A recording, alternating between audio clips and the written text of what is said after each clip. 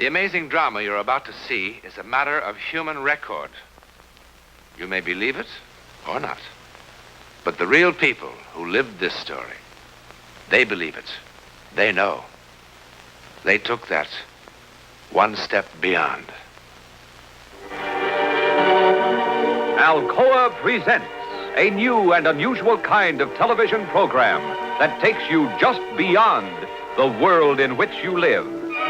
Alcoa presents Aluminum, from the world's leading producer, Aluminum Company of America, who creates new and unusual uses of this wondrous metal for the world in which you do live. And now, John Newland takes you one step beyond. Here in this warm, secure London house, early April 1912, began the bizarre and untold chapter of a news story that would soon stun the civilized world. In this library was an unread book. Coming events cast their shadows before them. Maybe. Remember this book. We'll come back to it later. It might shock you.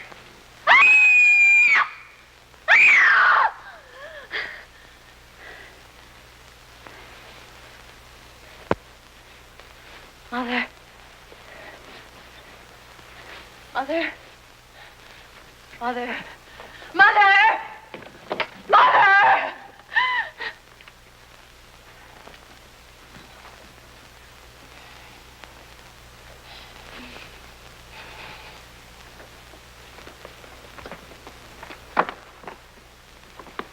What is it? What's wrong, dear? It was water. Dark water. I was drowning. I couldn't swim anymore. I was drowning. Oh, you've just had one of those old-fashioned nightmares. Oh, no. I don't blame you. All this excitement about the wedding. No wonder. Eric was there. And I couldn't find him in the dark. And the water closed in over me. What does it mean? Nothing. Absolutely nothing. And in 4 days you'll be married and in Switzerland on your honeymoon. The happiest bride that ever was. And you can't drown in Switzerland. Nobody ever does. All they do is bang into trees on those foolish skis. But drowning? No. It was all so clear to me. And I could feel the water. It was like ice. Now, if you must dream, I order you to dream only pleasant things. Eric, your wedding dress, and how happy you're going to be. Promise? That's better. Now, come on back to bed. But I couldn't find him. I couldn't find Now, him. that is enough, darling. And I shouldn't worry Eric with this. You've been trying so hard to make everything wonderful for you. There. Now. Good night, dear. And no more nightmares.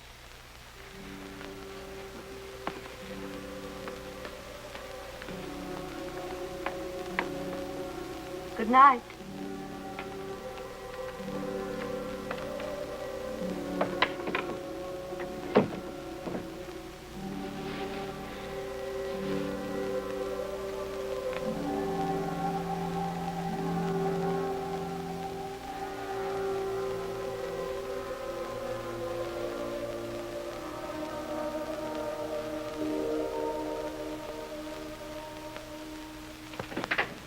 Good morning, Emily.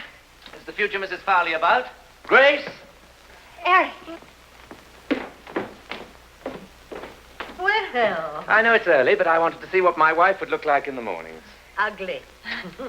Would you like some coffee, darling? I'd love some. You like surprises, don't you, darling? I love them. Come on, surprise me. It's about our honeymoon. The honeymoon? We're not going to Switzerland. We're not. Well, where are we going? We're going to America. To New York City. New York. Eric. Now, why don't you ask me how we're going to get there? Swim? Rowboat? Raft? All right, darling, how? That's how. Stateroom 111B, boat deck, right next door to Mr. and Mrs. John Jacob Astor, no less. On the maiden voyage of His Royal Majesty's ship, Titanic, Southampton to New York, 6 days at sea, next Tuesday. At sea?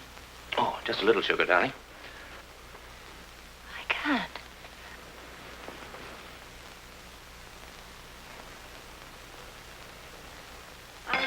I can't believe it.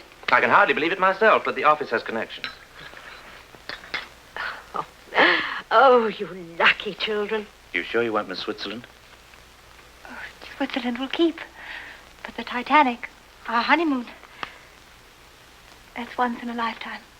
The paper's full of nothing but the Titanic. Listen to this, Grace.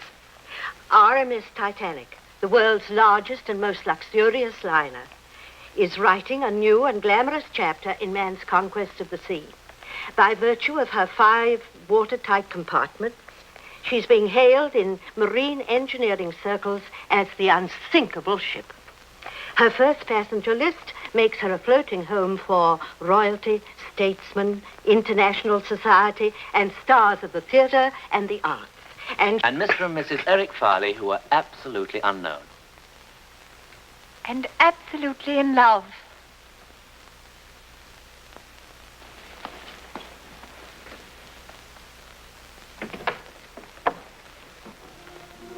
Grace! Grace!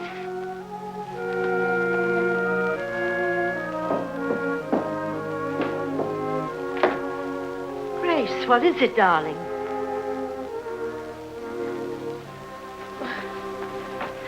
What is it?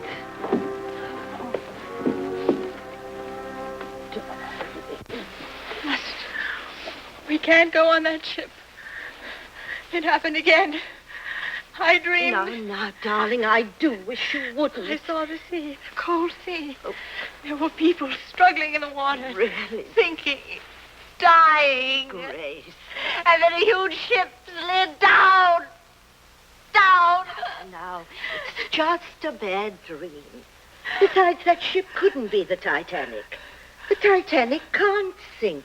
Everyone knows that. I saw a lifeboat tossing in the water. There were letters on the side of it. I saw. Really? So clearly I saw the word Titanic on the side of the boat. I did.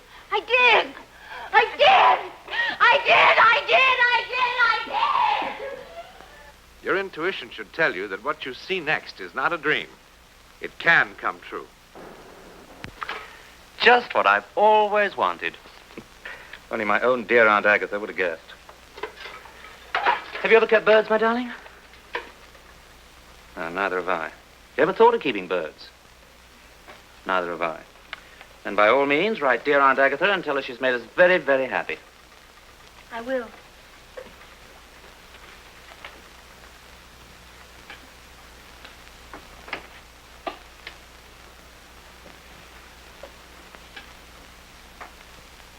I know all about last night.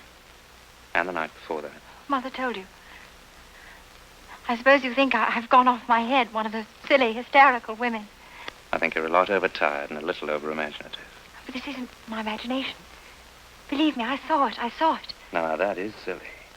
You don't believe what you see in your sleep? I mean, unless you're a gypsy. Grace, do you trust me? You know I do. Then don't spoil the happiest time of our whole lives just because of a bad dream. Everything's going to be all right, I promise. I'll take care of you always. Oh, hold me tight, darling. You know, if I didn't know you so well, I'd think that you'd fallen in love with another man, that you didn't want to marry me. I couldn't love anybody but you. Very well, I believe you. Only remember, if there ever is another man, I was one of the best shots in the Coldstream Guards.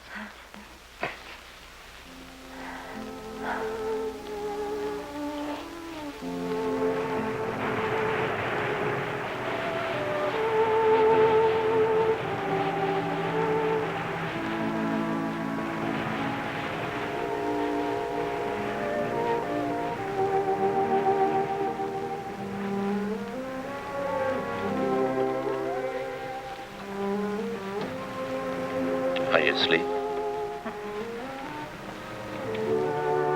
I think I will keep a bird after all. It would please your Aunt Agatha, wouldn't it? Terribly. Did you have any particular species in mind? Oh, a lovebird, of course. Oh, naturally, lovebird.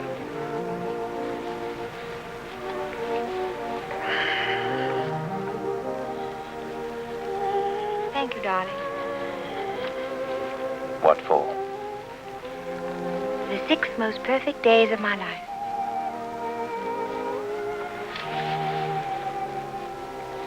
How lovely you are. And very young. Could be even better days.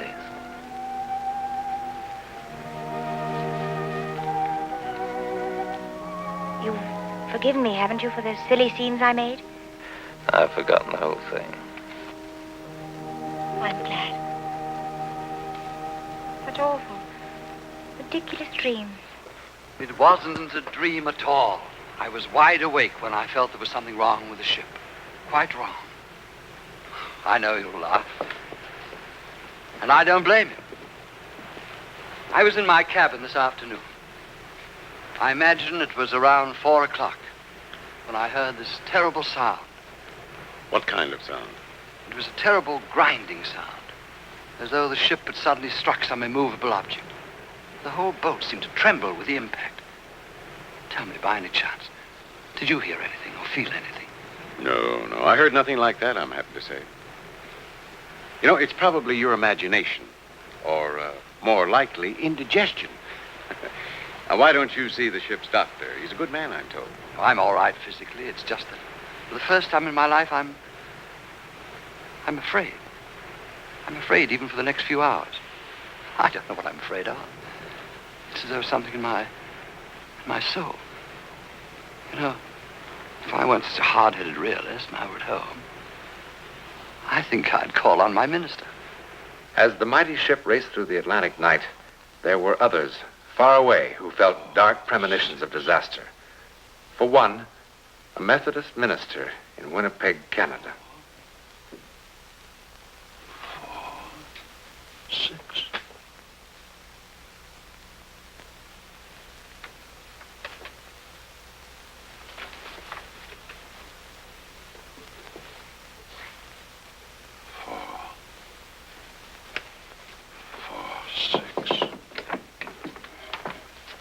Excuse me, Dr. Morgan, but it's nearly time for the service. Miss Parsons, I'd like the congregation to sing hymn number 446 tonight. But, Dr. Morgan, the hymns for tonight are already posted in the church, and the organist... Please, 446. I didn't know that was one of your favorite hymns. It isn't. I don't even know the words. I simply know that we must sing it tonight.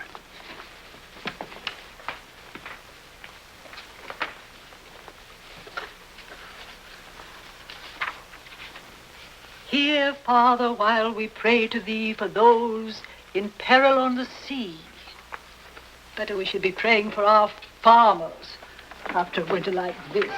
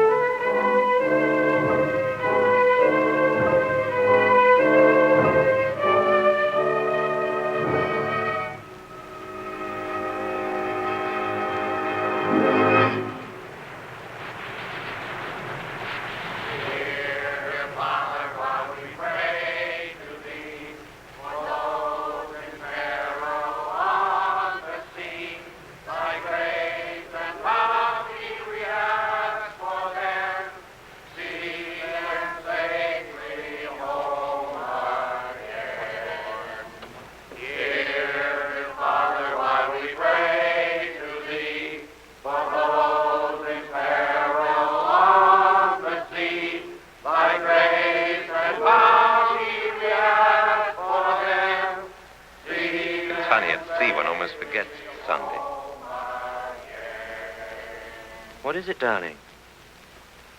Nothing. You're cold. Come to bed.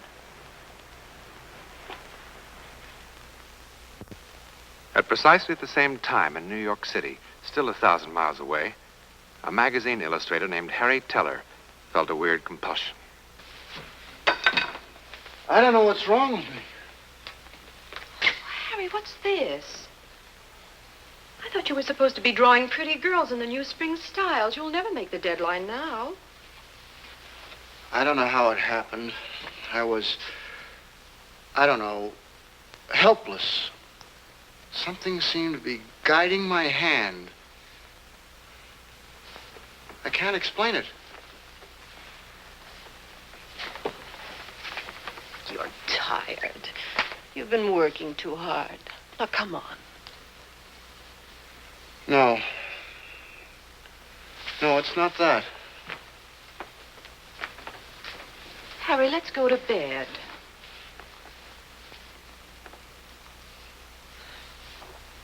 Now, this drawing, it's awful. I don't know who would want it. But you know something? This is the best work you've ever done. I've never seen you do anything like this before. All of this detail in here. And Harry, what is it? Your hands are like ice. The water in the drawing was cold. Icy cold.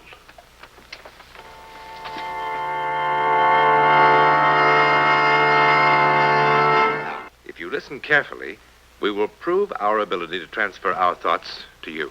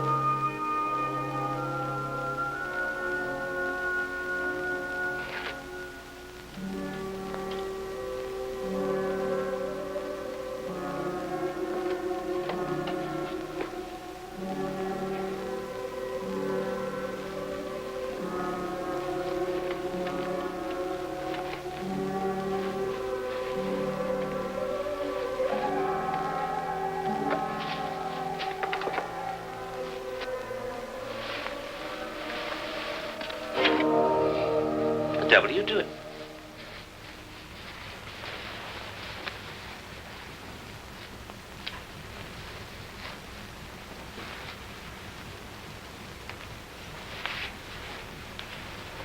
Grace. Grace. Grace.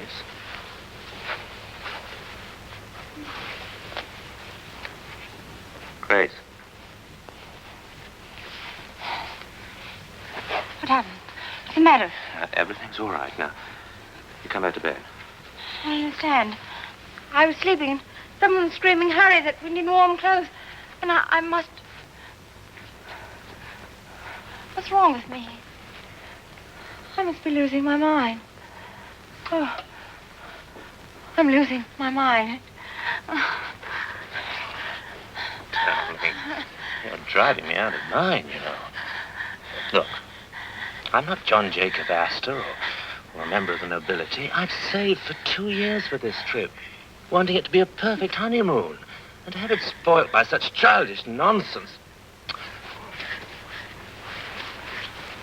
Oh, I'm sorry, Eric. I'm sorry. All right, darling, you're forgiven. I just don't make a habit of pitching my best clothes on the floor.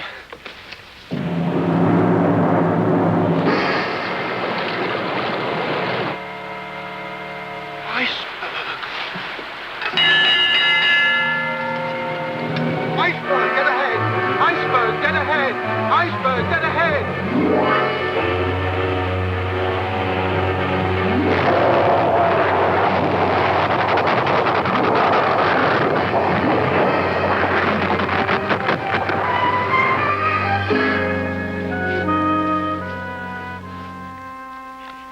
such a start.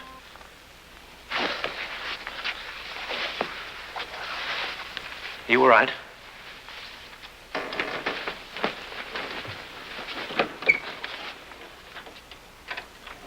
Oh, Stuart. Sir? The engine seemed to have stopped. What was it? There was some report of an iceberg, sir. The captain stopped the vessel, sir, just to be on the safe side, you know. What an incredible ship. What service. They run out of ice at the bar, so what happens? We hit an iceberg. Good fresh ice.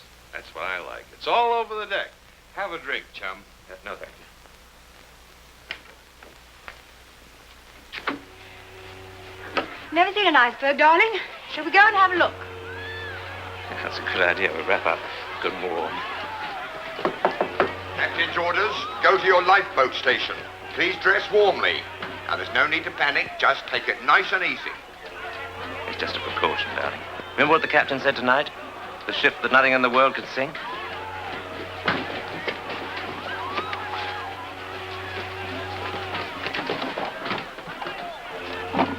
What are you doing? Trying to impress an iceberg with your jewels? Just in case they might not be coming back. Oh, come on.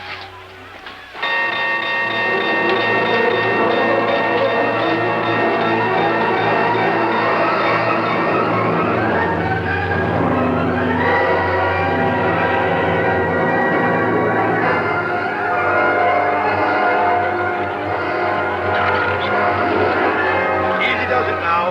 Women and children only. Men will follow later. There we go. Yep. Right. There's the little one. Here's the young fellow. Take care of him, will you? Yes, sir. No, Thank you, madam. no, no. I won't go without you. Hush, No. my darling, hush. No. Now, stop it. Listen to me. Have you forgotten your wedding vows so soon? Love, honor, obey. Now you go with the other women in boat 4. Sorry. I love our marriage.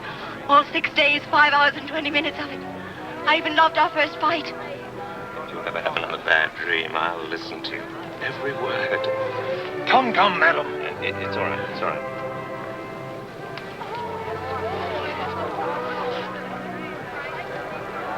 Good night, my love.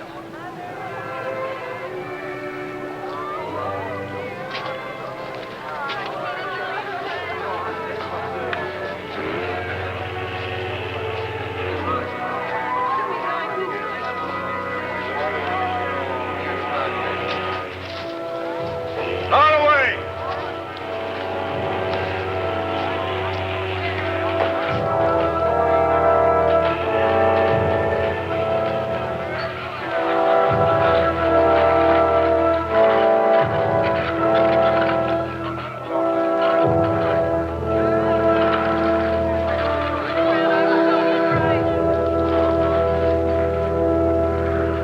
Eric Farley never came back to this house. Over 1,500 people perished that dreadful night aboard the Titanic. Eric Farley was among them. You've seen some of the unexplained supernatural events surrounding the life and death of a great ship. Now, do you remember this book? It's a novel published in 1898, 14 years before the ill-fated vessel was even dreamed of. The title, Futility. Its author, Morgan Robertson. It's a story about the largest liner ever built, carrying on its maiden voyage the rich and great of the world. Then, on an April night, it struck an iceberg. The vessel in this book was 70,000 tons. The Titanic, 66,000 tons. The length of the ship in these pages, 800 feet.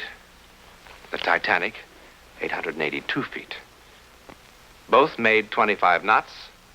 Both carried about 3,000 passengers. Both liners had lifeboats for only a fraction of that number. And both were considered unsinkable. Oh, one more thing. The author called his ship the Titan.